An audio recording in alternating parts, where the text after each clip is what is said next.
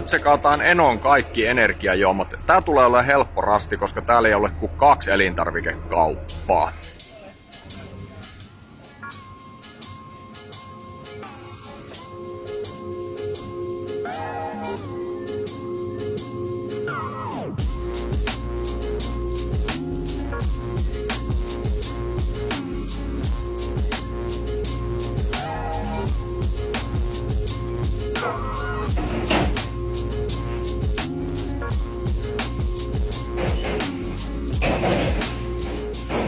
Siinäpä oli muuten K-kaupan osalta ne. Seuraavaksi käydään kattoo Enon S.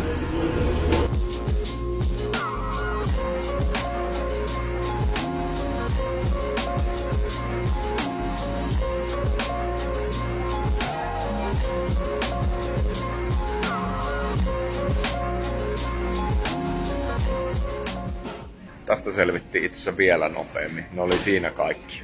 Havainnon tein vielä täältä, että täällä on varmaan keski-ikä 70 vuotta.